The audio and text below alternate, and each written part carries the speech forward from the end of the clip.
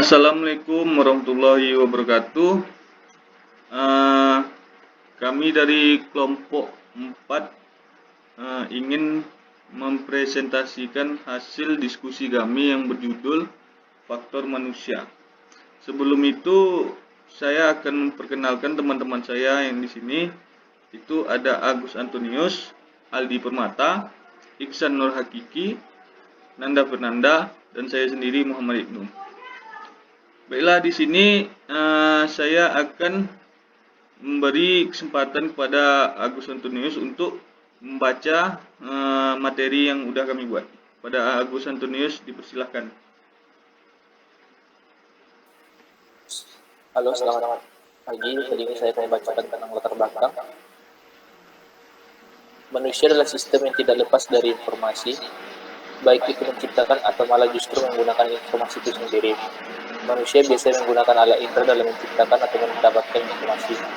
Adapun alat indera yang digunakan meliputi indera penglihatan yaitu mata, indera pendengaran yaitu telinga, indera pengecap yaitu lidah, indera perasa yaitu kulit, dan indera penciuman yaitu hidung. Kemudian saya akan membacakan telinga merupakan salah satu organ tubuh yang dimiliki oleh manusia yang berfungsi sebagai indera pendengaran yang menerima dan menginterpretasikan gelombang suara yang diterima, juga untuk menjaga keseimbangan telinga. Dan kemudian telinga memiliki reseptor khusus yang berfungsi untuk mengendalikan getaran suara dengan batas frekuensi yang dapat didengar, yaitu pada frekuensi 20 sampai 20 kHz. Kemudian anatomi telinga, yang pertama telinga luar. Telinga luar berfungsi sebagai penangkap getaran bunyi dari luar.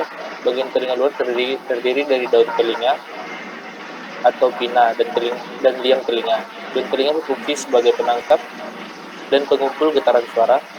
Liang telinga atau saluran telinga berfungsi untuk menjaga agar tidak ada benda asing masuk ke dalam telinga. Pada dinding saluran telinga luar dihasilkan minyak serumen. Yang kemudian adalah telinga tengah. Telinga tengah merupakan rongga yang berisi udara dan berfungsi menjaga tekanan udara agar tetap seimbang.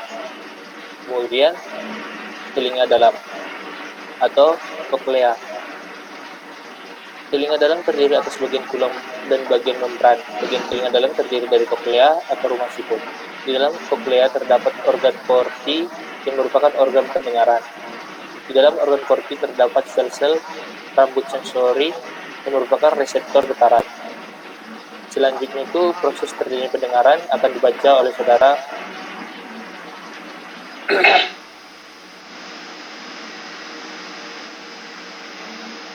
Baiklah, saya akan melanjutkan presentasi yang disampaikan oleh Agus. Saya di sini menyampaikan tentang proses terjadinya pendengaran. Proses mendengar pada ternyata melalui beberapa tahap.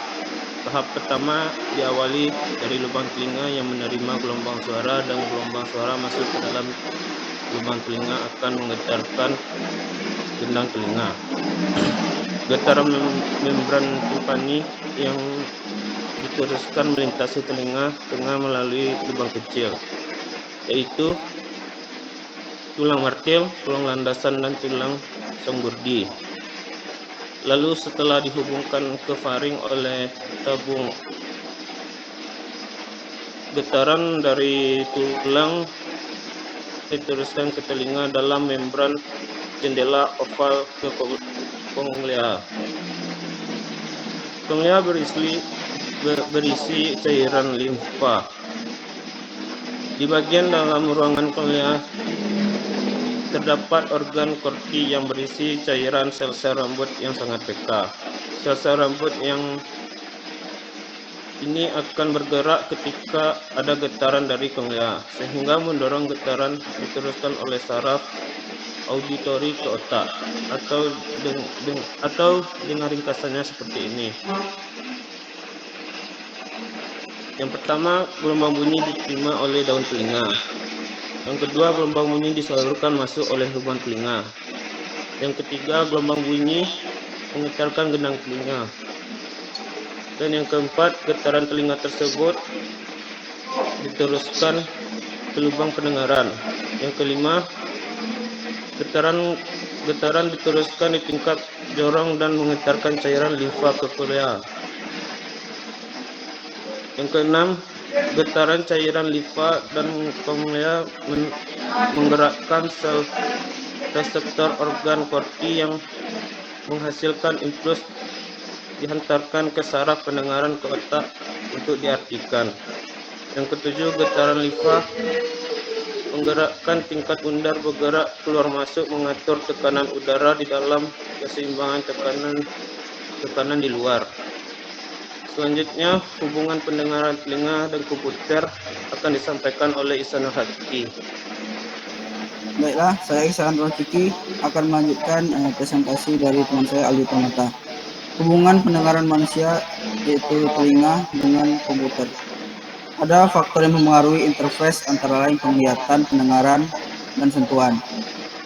Sementara dari sisi pendengaran sendiri, kita harus tahu bagaimana pendengaran yang ada pada manusia. Seperti kebanyakan manusia mendeteksi suara dalam frekuensi 20 Hz sampai 20 kHz. Yang kedua, manusia juga mendengar suara antara 50 desibel hingga 70 desibel. Selanjutnya, telinga manusia akan rusak jika mendengar suara lebih dari 140 desibel. Kemudian manusia tidak mendengar frekuensi kurang dari 20 desibel. Contoh hubungan yang terjadi antara komputer dengan pendengaran manusia antara lain adanya penggunaan bel sekolah otomatis, di mana ketika siswa mendengar suara dari bel tersebut, siswa sudah tahu apa yang harus dilakukannya. Yang kedua, alarm HP. Jika kita ingin memerlukan sistem pengingat seperti ketika kita tertidur, kita minta bangunkan dan sebagainya. Kemudian ada voice over internet protocol. Untuk voice over internet protocol adalah komunikasi jarak jauh yang melalui internet seperti Skype, Zoom, dan sebagainya. Untuk selanjutnya akan disampaikan oleh Nanda Fernanda.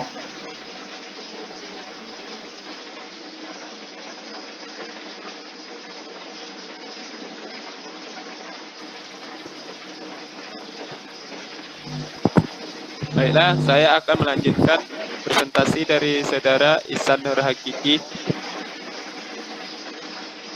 tentang pengaruh positif dan negatif PMK terhadap pendengaran. Yang pertama yaitu pengaruh positifnya sebagai entertainment system.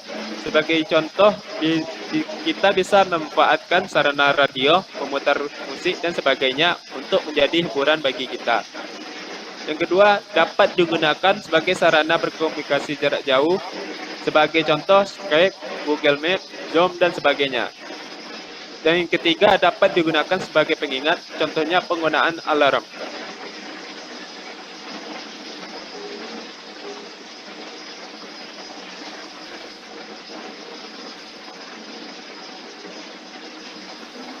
Yang kedua, dampak negatif. Dampak negatif terbagi dari dua, yaitu dapat membuat indera pendengaran terasa sakit ketika mendengarkan musik terlalu lama ataupun terlalu keras seperti contoh penggunaan earphone. Yang kedua, memungkinkan tubuh terpapar radiasi ketika menggunakan alarm saat tidur.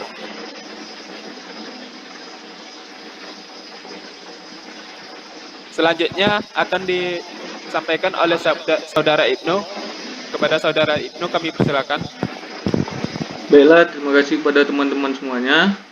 Di sini saya akan melanjutkan sedikit tentang kesimpulan yang dapat kami ambil dari materi yang sudah kami pelajari ini. Kesimpulannya, sebagian besar orang dapat mendeteksi. Terima kasih kepada teman-teman semuanya. Di sini saya akan melanjutkan kesimpulannya yang udah kami buat. Sebagian besar orang dapat mendeteksi suara pada kisaran frekuensi 20 Hz hingga 20 kHz.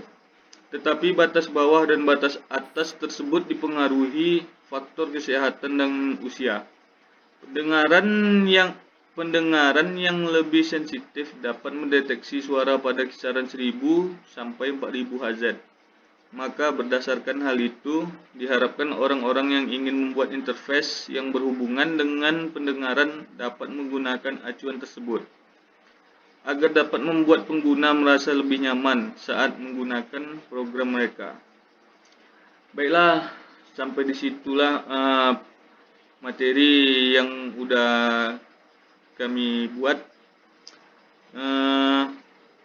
Sekarang masuklah pada sesi pertanyaan.